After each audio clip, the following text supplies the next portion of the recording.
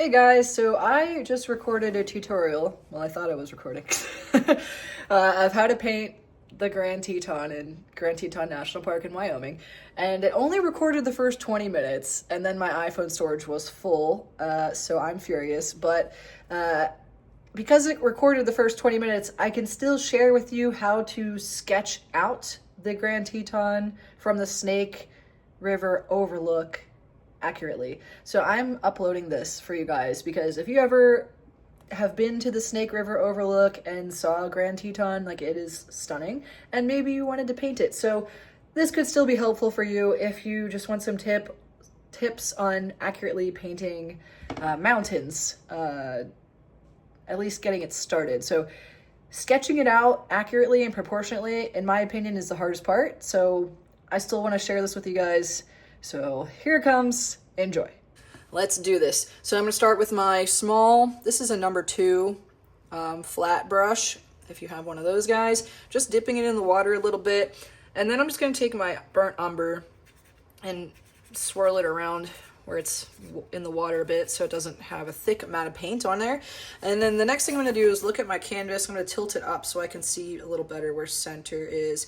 If you have a ruler and you wanna actually like measure this out, just put a nice little tick mark there, right in the center point from top to bottom, left to right. Try to get it about as close to center as you can. And then typically I just go from there and start sketching out the painting. Because the Tetons are so like iconic and the shape of the mountain is so important for you to identify it correctly, we're gonna do a little bit more of the grid here just to make things be easier to sketch out accurately. So I did that, tick mark in the center.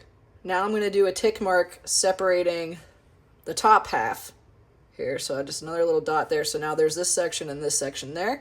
And I'm going to do the same thing down here, separating these kind of in half. If you want to use a ruler to do this, you can, just to make sure everything is perfect. But if you can eyeball it somewhat close, then you'll be fine. Okay, and then same thing here. Now I want to do a dot here.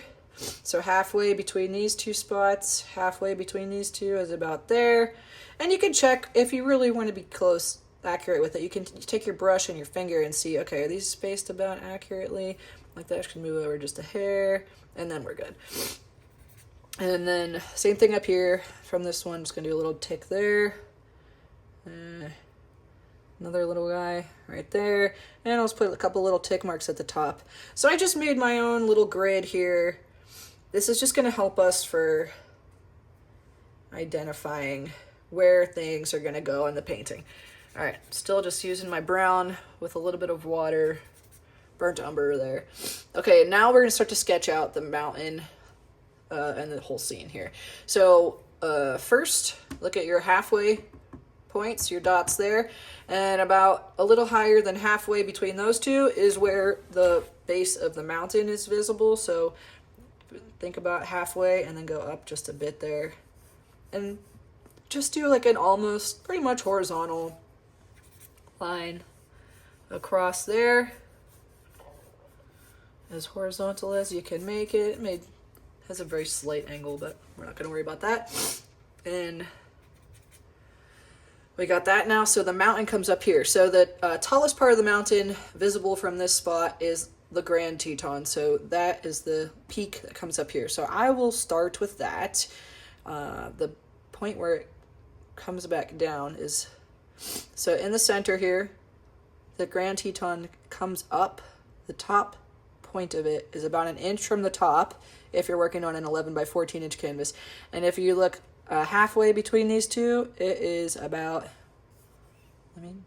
eyeball that, not quite halfway between that, but a little bit closer to this side. So I'm just going to put a little dot right there. That's the top of the mountain.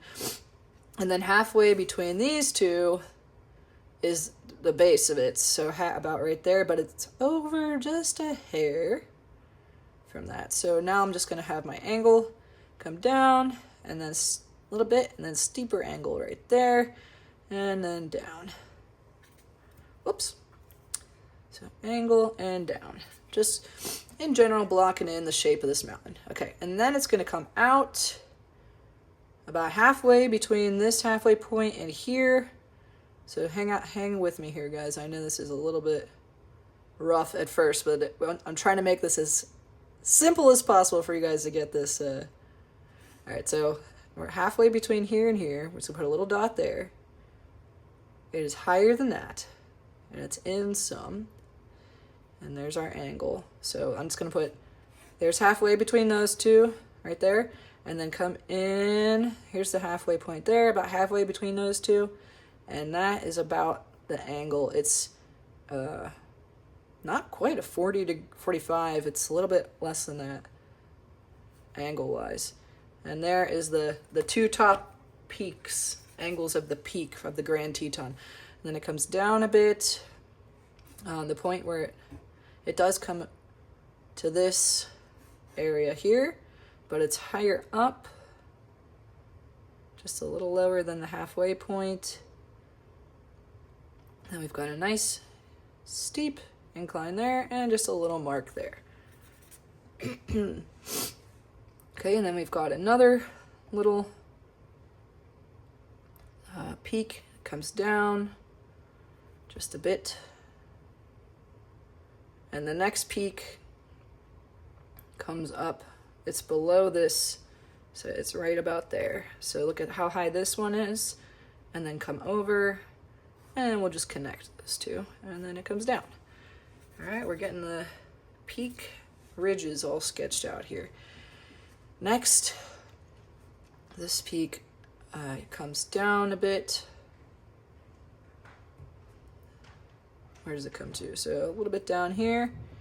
This is definitely going to be the hardest part of this painting, guys. Is just sketching it out. Comes over some. Doesn't quite go down that much. And down. Over and then down above that tick mark there. And the angle of this one is not quite as steep as the Grand. And where it comes down here is above that halfway point. Yeah, something like that.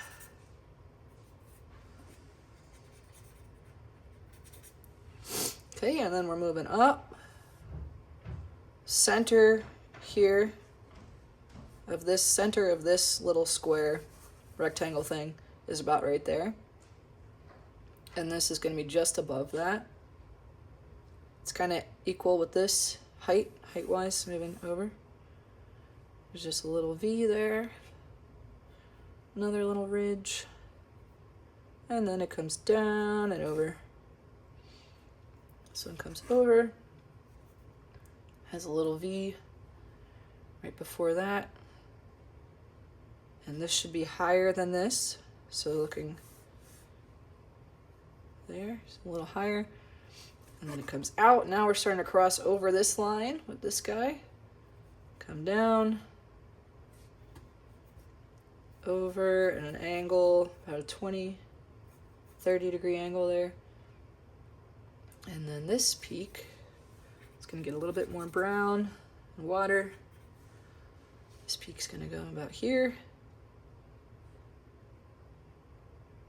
It's just like a nice little top of a triangle, kind of like that.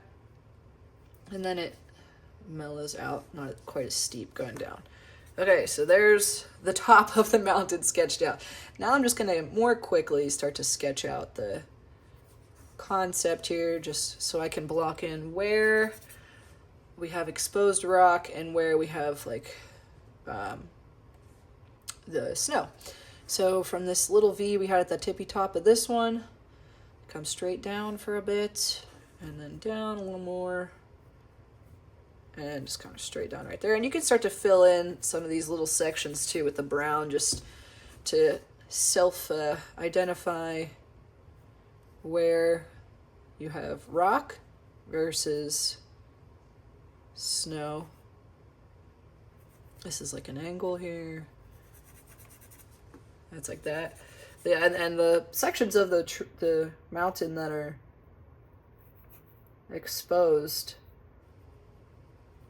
will give you new angles and lines that can make it confusing for sketching in the original concept. So that's why it always helps to just kind of get the whole mountain as a whole, rather than focusing on one detailed section first, just so you can get that accurate shape of the mountain, and then you can go back in and start to add some of the details. So now I'm just filling in general where the rocks are with this brown, even though the rocks they're not going to be this color brown, but it just helps to know where they go, and it helps to get the scale of things. Okay, this is a nice steep peak here. Kind of comes over and down.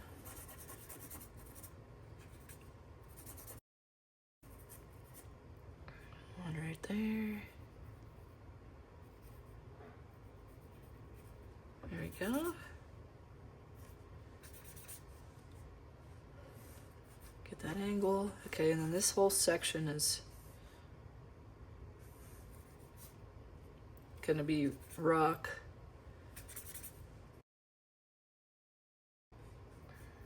Comes down like that. I'm just gonna fill that in a little bit. Then we've got this shape that goes right in between the halfway point, and it comes a little past halfway between these two, not quite as high up. So somewhere about there, comes down, and we'll just fill in this area, just so I know this is not snow covered, this is rock.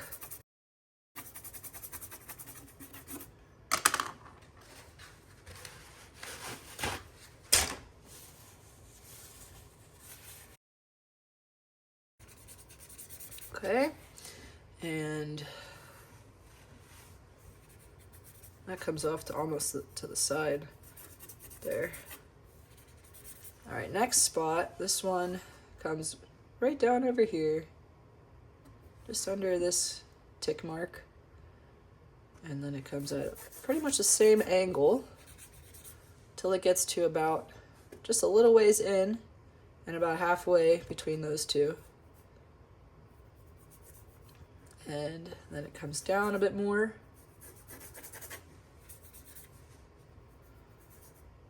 And then this is not snow. Then we've got another guy here.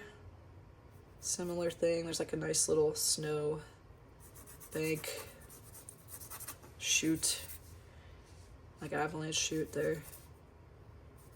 Okay, and then this will connect right here. And most of this over here is not snow. There's just a little bit of snow in there. And I just want to further get a couple of these spots here. So let's see this. A lot of this is covered in snow. There's a little peak right there. This guy's not snow covered. A little bit of something right there. A little bit right there. And then looking over here, we've got where this connects, comes up a bit. A little bit right in there. And down some. Okay, this guy has a piece right here. Comes out just above there. And a little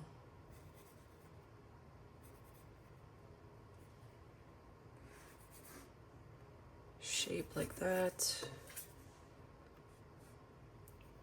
And a little bit more right in there. This is mostly all snow. And up here, there's another section that's not snow. So I'm just filling that in. This one should come down a bit more.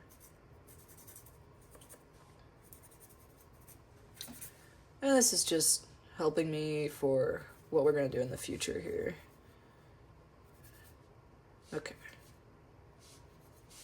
I know this is a lot. This is going to make it easier moving forward. Okay, so there's the sketch there. Then down here, this river's pretty simple, so we can still use brown. Right here is where the river starts, so that center point right there, it comes at a very shallow angle, curves a bit right here, and we lose it behind the trees there, the river shape, and then it comes down just a little bit, almost comes to this point, but down. And we lose the view of it there because of trees, but I just want to get the shape And then it comes in.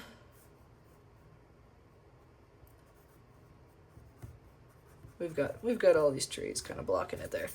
Okay, comes in some, and then it meanders down a bit, flattens back out as we're coming over to here, and then we get that steeper angle right to the corner, right there. And then over here, this is just trees. Trees. There's a little bit of an island. And then pretty much all just trees